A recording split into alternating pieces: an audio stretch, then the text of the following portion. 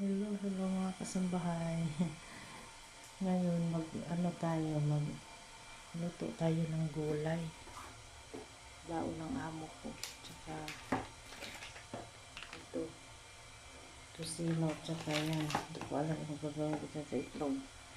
Mag-scramble egg siguro tayo. Mag-itlog naman yan. Tapos, yung gulay natin. Ano natin pagluto yung gulay mga kasambahay.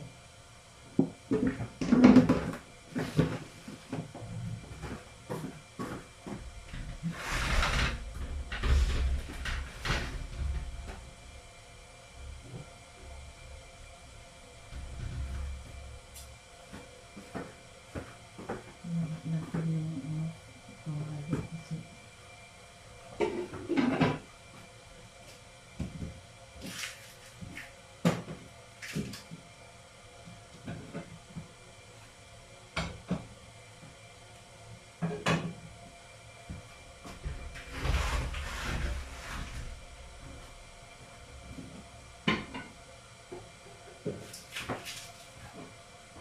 tapos lagyan natin ng ito mga kasambahay yung gulay.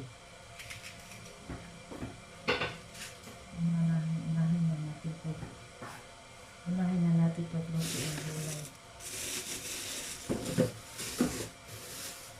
Kasi kung hindi tulot yung mga kasambahay mabubulot yun.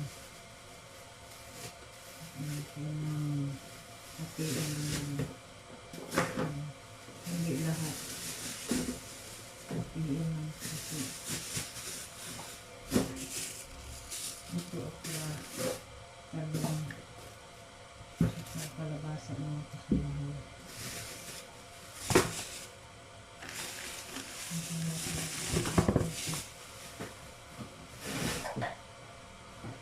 Nagyan natin natin mga kasambahay ng gulay.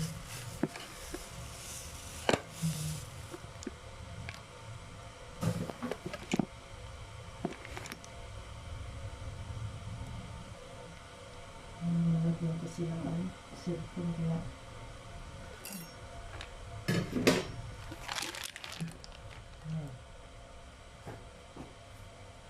pagkabakusa.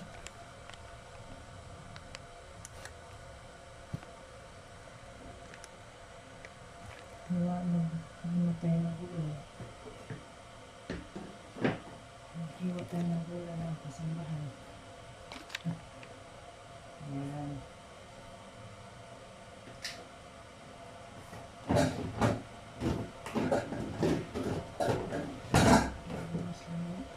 Ang gagawin natin, hiwa na tayo.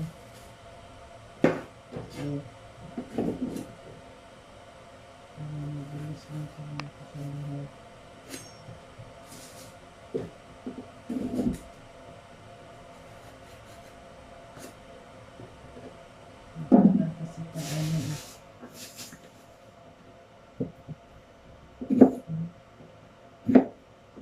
Kasi may sundalo yung talo. Perfectionist. Yan lang. Gulay.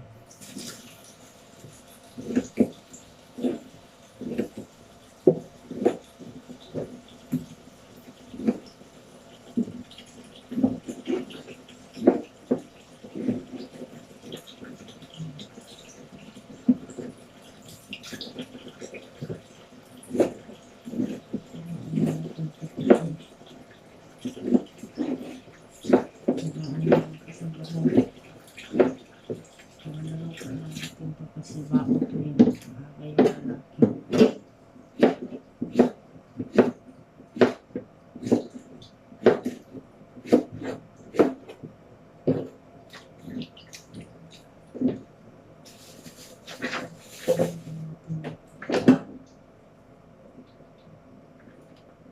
Haluan natin ng sitaw.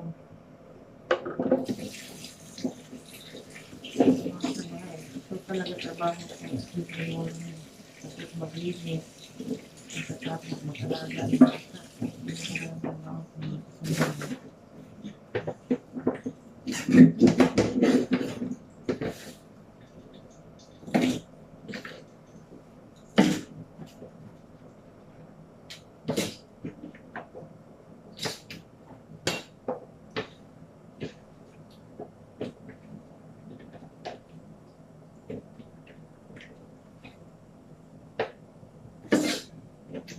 Magsabaybay muna tayo kasi pag hindi natin hibayan, magkagalan tayo.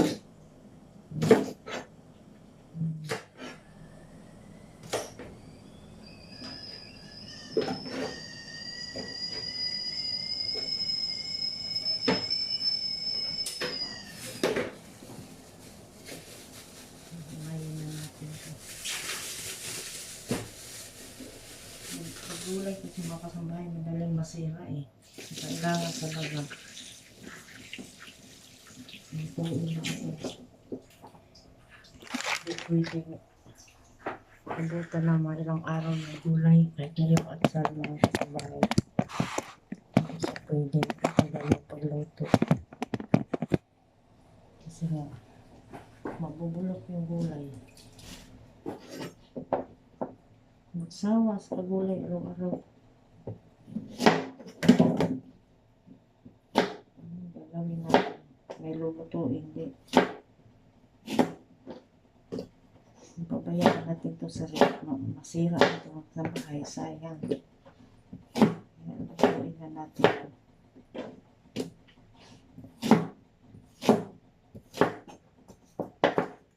Kamusta ang lahat?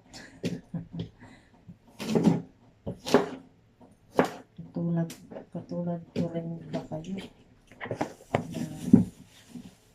Kanina pa ako nagising, alas 4 mga kasambahay. Kaso lang, hindi na pwede na gising mo. Ikilos ka agad. Kailangan mo lang muni-muni. Kasi, nagigising ko lang. Sarap pa naman matulog ng kasambahay. Ang problema lang, may trabaho na tayo. Kaya, siyempre, obligasyon natin na mag-ano tayo, gising ng umaga. Hindi tayo pwedeng kung sa Bisaya ba, magpa-umok-umok. Hindi natin trabaho. Nangamuhan ta. So, kailangan nato bangon dyan pag maaga kaya natay amo ba. Dukir po tayo amo to atas probinsya kay pwede rin pag-usap siguro mga mata no. Pero ako mga kasabay bisag na ako sa probinsya. Ang gising ko talaga yan alas 4 since pag na mga kasambahay alas 4 kung magbakasyon ako alas 4 talaga ang gising ko kasi may mga bata eh kailangan ko naman silang lutuan na pagkain baon sa school kasi pag umuwi ako magkataon na yung magpasok sa school ng mga bata.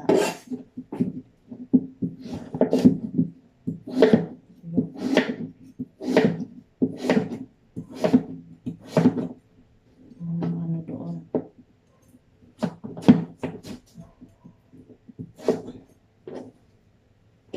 Kaya ito niluto natin. Kaso na wala kang palaya.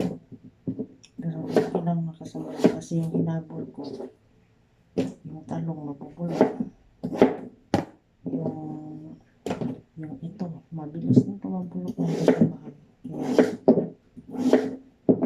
kailangan natin ilagay yung pagka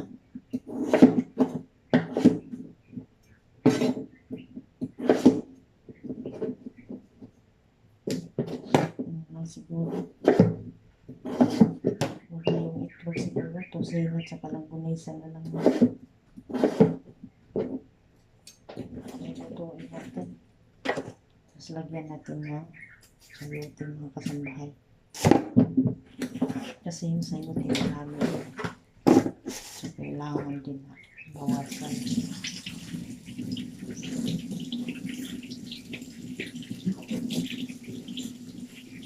so ano natin kung wala kasi yung wala lang pamalingki na kayo ng mga kasambahay kaya yun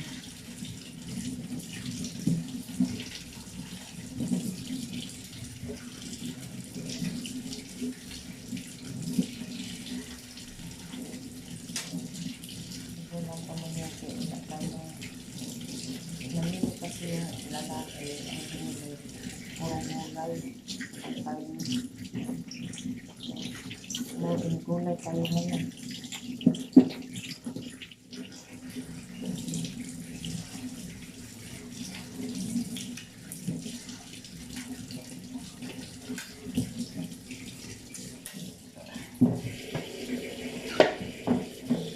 Muling gulay tayo mga kasambahay.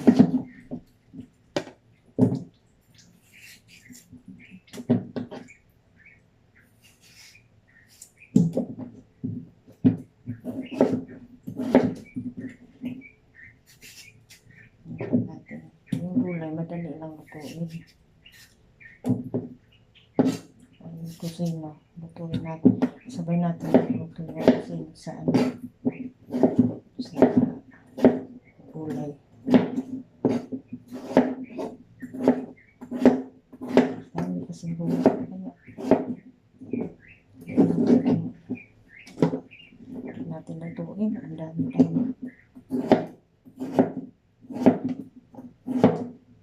Kaya ginawa natin, ano muna tayo. Inihiwa muna natin yung gulay.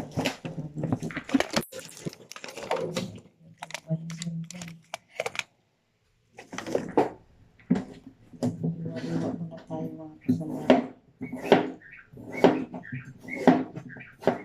No choice, tapos kung marami tayong gulay, ayaman natin na masira.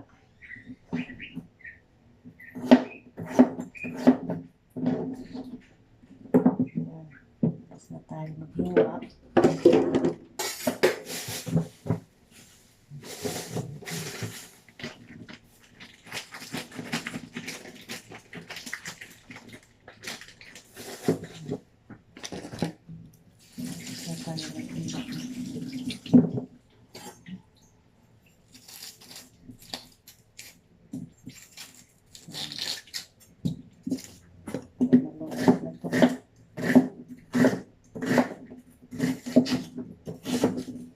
Sarap ko din yung sibuyas na puti.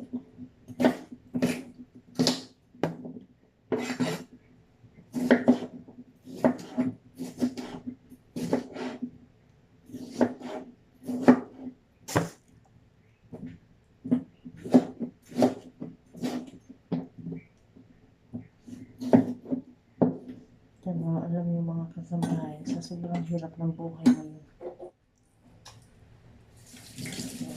may tayo extra income. Lalo may mga estudyante, ang hirap. Katulad ko, ang dami ng estudyante kasi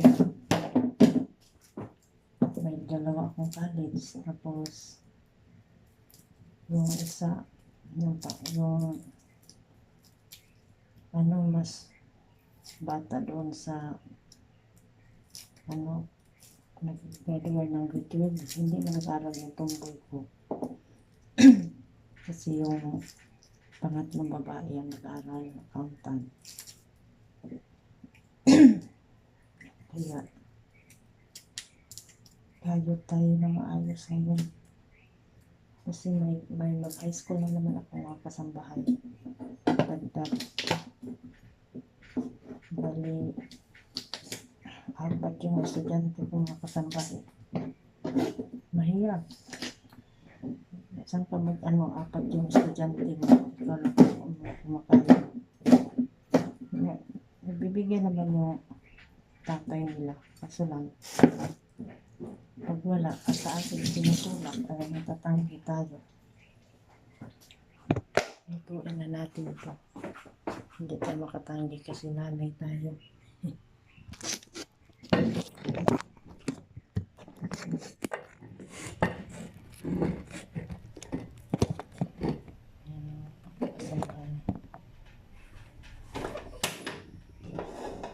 May mantika.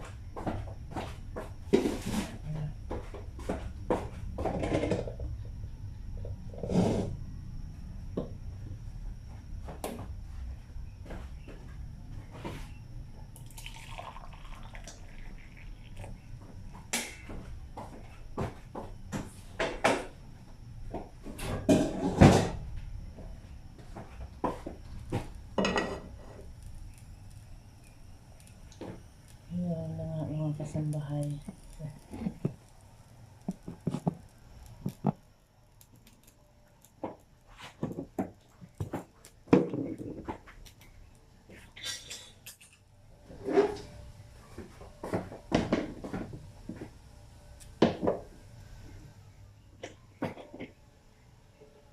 Niluluto na natin ito kasi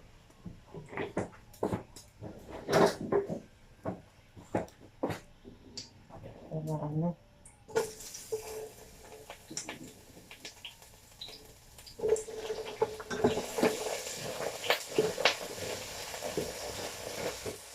hindi ang sarap at ang gulay.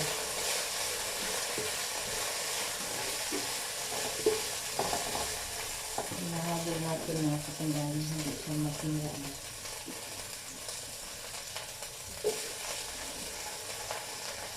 Mahirap na bulok ng gulay.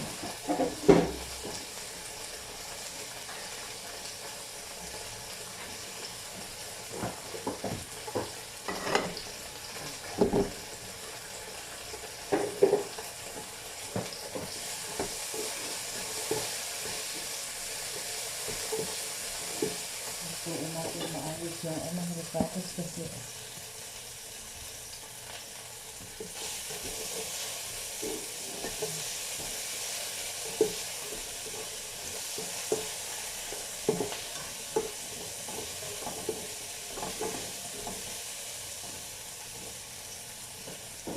ilagay na natin ito.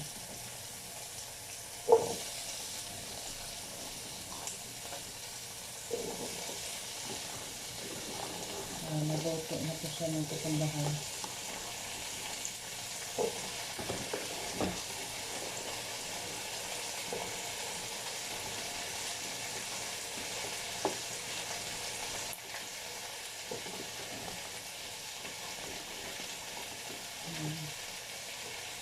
Takbit sana ito mga kasambahay kasi wala tayong palaya. Mabilis kasi mabulok na ang palaya mga kasambahay. Kaya layo tayong ano kasi hindi nahabol ng luto. Yan ang nangyari sa ang palaya.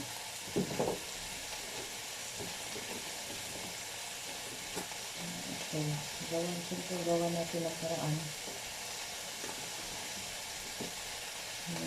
Aga natin gawin na hindi sila hindi.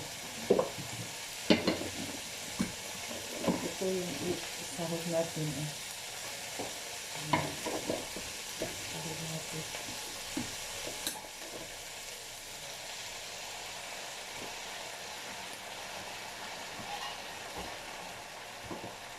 Hindi tayo magkarne ng kasambahay kasi instead na karne, ang isahog natin is sardinas. Masarap na.